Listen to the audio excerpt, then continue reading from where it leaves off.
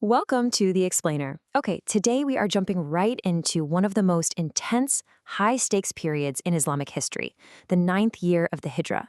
We're pulling our insights directly from the renowned tafsir Qur'an to really unpack the dramatic events that perfectly frame Surah At-Tawbah.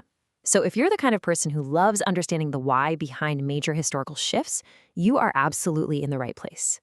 Now, you've probably asked yourself this famous question before, or at least wondered about it. Why is At-Tawbah the only surah in the entire Qur'an that doesn't start with the Bismillah, that customary invocation of divine mercy? Well, the answer is a breathtaking story of intense conflict, repeated betrayal, and definitive action where, frankly, that customary mercy temporarily had to be withheld. It all comes down to this core concept of al-bara, which basically translates to immunity or a total severing of ties. This incredibly stern declaration is actually what opens Surah At-Tawbah. It represents a severe cutting of ties and divine wrath against these dangerous, repeated betrayals. Because the whole theme here is about absolute finality and setting strict boundaries, there was simply no room for invoking mercy right at the start. It sets a profoundly serious tone for the massive internal and external crises the early Muslims were dealing with. So here's our roadmap for today. We'll start with an introduction to At-Tawbah, then look at canceling the treaties, the Roman Empire's threat, and the grueling Tabuk expedition. Finally, we'll cover purifying the sacred Kaaba and how you can continue your own chronic journey. All right, Section 1, Introduction to At-Tawbah, the context of 9AH. Let's set the historical stage for this incredible chapter. Right, so this chapter came down in Medina during the 9th year of Hijrah, and it spans 129 verses. What's really fascinating here is its dual names. It's famously known as At-Tawbah, meaning repentance, because it extensively highlights the forgiveness granted to those who truly repented after making some pretty big mistakes during this tough time. But it's equally known as Al-Bara'a, or immunity, which, as we just talked about, perfectly reflects the severe severing of ties with those who just couldn't be trusted anymore. Moving on to Section 2, Canceling the Treaties, an End to Betrayal. This brings us face to face with our first major crisis.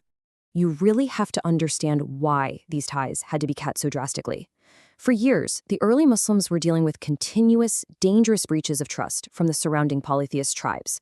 We aren't just talking about political annoyances. This was a constant existential threat to the safety of Muslims living in Medina. As Tafsir Qur'an points out, these repeated, treacherous betrayals left the Muslims highly vulnerable. So a divine command came down to officially and publicly revoke these broken agreements.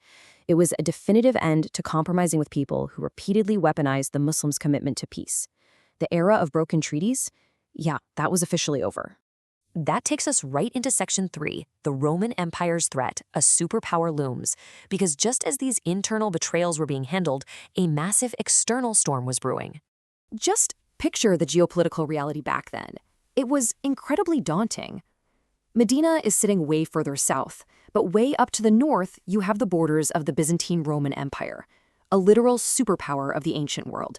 The sheer distance, plus the rugged, unforgiving terrain between Medina and the Roman frontier, meant that any kind of military engagement would be an absolute logistical nightmare. Now, the Caesar of Rome was watching this rapid rise of Islam and getting incredibly wary. According to the texts, he actually started amassing a formidable military force up in Syria with the explicit goal of marching down and crushing the Muslims before they could consolidate into a major regional power. This aggressive posturing left the Prophet Muhammad with absolutely no choice. He had to take incredibly proactive defensive action to protect Medina, even with the incredibly harsh environmental conditions of the time.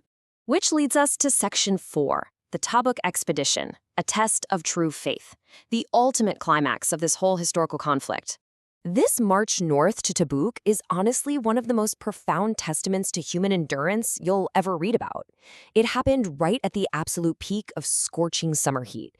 We're talking severe drought and dangerously scarce resources. But contrasted against all that physical hardship were the awe-inspiring sacrifices of the true believers.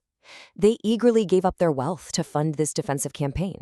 A super famous example highlighted in our sources is Hazrat Abu Bakr, who literally brought every single thing he owned in his house to support the expedition. I mean, the community just gave everything they had.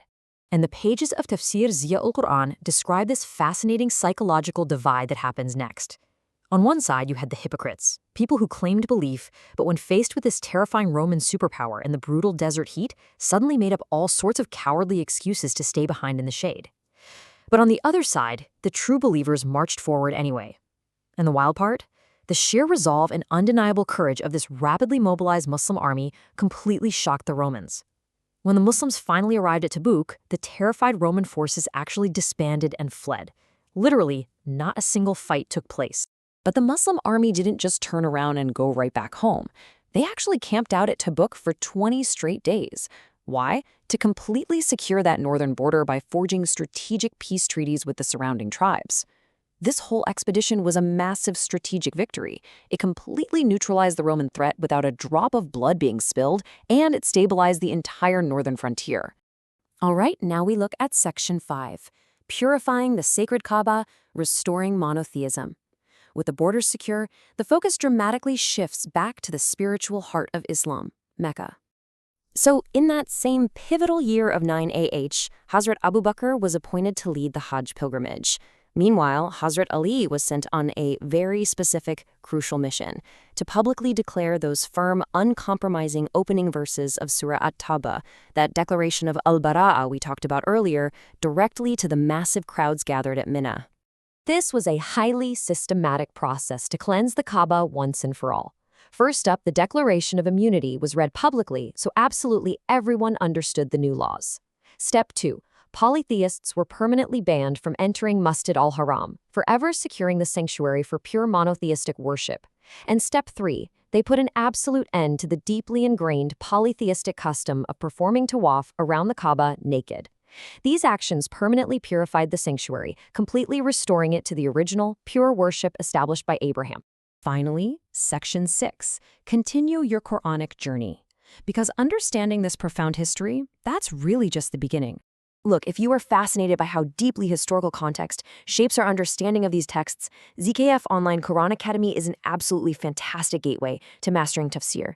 This explainer barely scratches the surface of what's inside Tafsir's Ulul Quran. And diving into guided, structured learning is literally the most logical next step you can take to truly grasp these topics.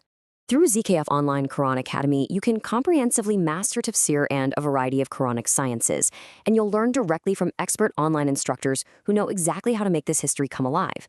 You can reach out to them today via WhatsApp or phone at 0092-331-3986 or 0097150-331-3986.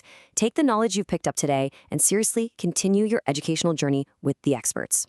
And for us here at the channel, please don't forget to subscribe, like, and drop a comment below. I want to leave you with this final thought. How does knowing about the crazy, intense historical context of Tabuk and that looming Roman threat change the way you read Surah At-Tawbah? Does knowing about all those severe betrayals make that missing Bismillah make perfect sense to you now? Think about it, let us know your thoughts in the comments, and I'll see you in the next explainer.